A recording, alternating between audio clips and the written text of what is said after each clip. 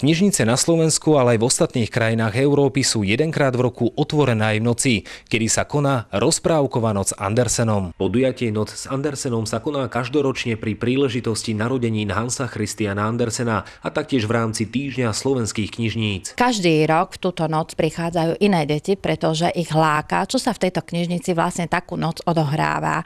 Myslia si, že všetky tie rozprávkové bytosti, ktoré sa nachádzajú ukryté v tých našich rozprávkových knihách, v noci ožívajú. Počas noci s Andersenom deti nocovali v knižnici a tety knihovníčky pre ne prichystali zaujímavý program. Celým večerom nás sprevádza Malá morská vila, navštíví nás redaktor televízie Zemplín, večernou prechádzkou navštívime záchrannú službu a v neskorých večerných hodinách prepukne ohňostroj hier, zábavy a šantenia, pravda, že s knihou a o knihe.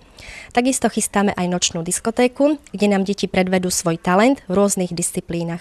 Navštíví nás aj moderátor, kde si deti budú môcť vyskúšať moderovanie pred kamerou.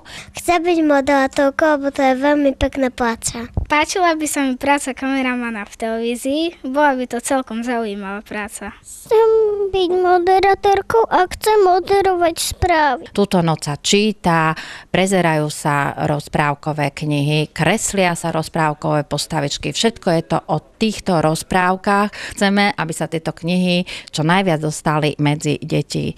Rozprávky u detí podnecujú fantáziu, tvorivosť, predstavivosť.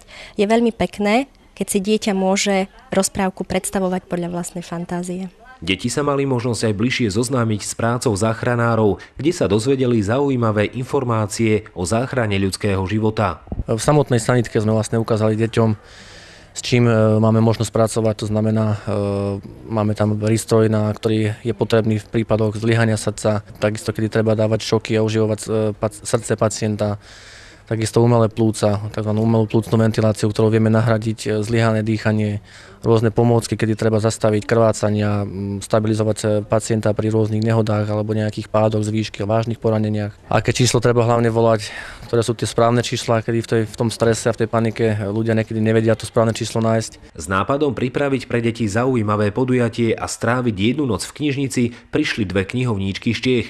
Myšlienka sa ujala a reťazovo sa rozšírila do knižníc v medzinárodnom meradle. Každým rokom sa podujatie rozrasta vždy o desiatky nových účastníkov. Je veľmi pekné, keď rodičia deťom knihy čítajú. To isté sa snažíme pre deti pripravovať aj my v knižnici, rôzne zážitkové čítania, kde s deťmi prežívame rozprávkový príbeh. Rozprávky deti potrebujú, pretože rozprávky sú pohľadením pre ich detskú dušu. Ak si chceme dieťa získať, musíme sa mu prispôsobiť a aj takouto hravou formou mu poukazovať rozprávky, knihy a knižnicu. Tohto roku Noc Andersenom na Slovensku prekonala všetky doterajšie rekordy. Do akcie sa na Slovensku zapojilo 160 knižníc, v ktorých strávilo noc viac ako 6500 detí. Aj decká z Trebišovskej knižnice mali možnosť zažiť rozprávkovú Noc Andersenom, odkiaľ si domov odniesli kopec nových zážitkov. Z Trebišova pre televíziu Zemplín Michal Majcher.